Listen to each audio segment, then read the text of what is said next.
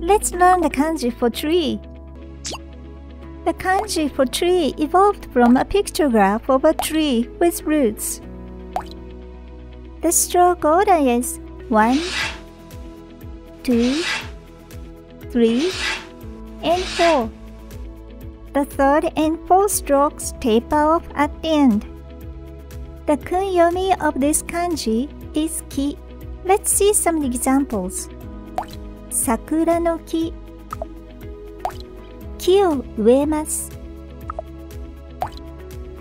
木の家。私は木の家に住みたいです。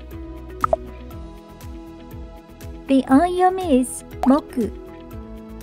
木星。木曜日。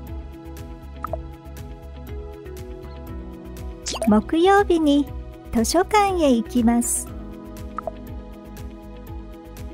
1, 2, 3, and 4. 木、木。